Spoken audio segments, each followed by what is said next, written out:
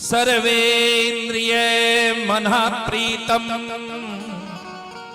विधातुम संकरणे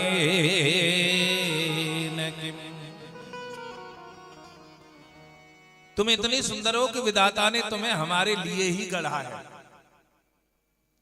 विधाता ने तुम्हें हमारे लिए ही गढ़ा है। कौन कह रहे हैं? दैत्य कह रहे भगवान को मोहिनी रूप में देखकर। लेकिन हम देखो मुनि की संतान है और फिर भी एक ही नारी के पीछे सब पड़े हुए।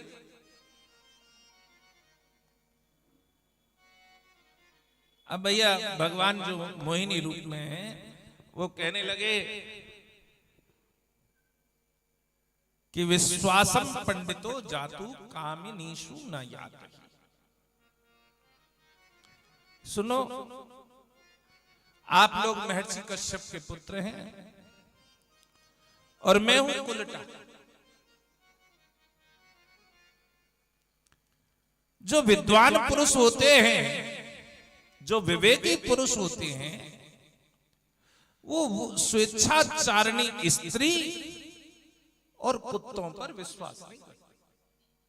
जो कुत्तों पर विश्वास करे, जो नारी की बात पर विश्वास करे, वो विवेकी नहीं होता। अब बड़ा समझाया, लेकिन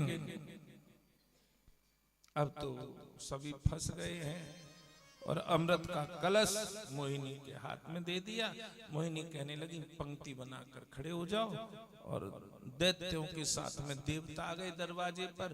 तो मोहिनी कहने लगी, अरे सुनो, स्त्री का धर्म है अतिथि देवो भव। मैं पहले आते तो सत्कार करूंगी, बाद में तुम लोगों को पिलाऊंगी। अब भैया जैसे ही अमृत का पान कराना प्रारंभ किया तो सूर्य चंद्रमा के बीच में राहु आकर खड़ा हो गया है।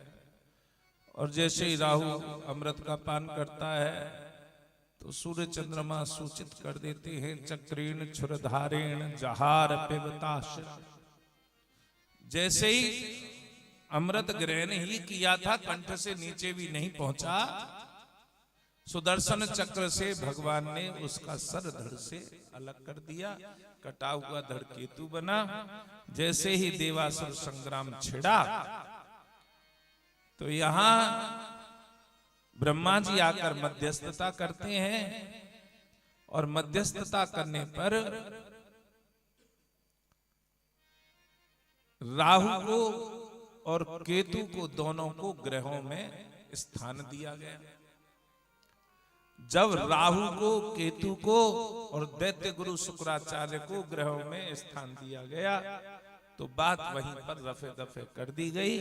और इस प्रकार से भगवान के मोहिनी अवतार की चर्चा हमने श्रवण की।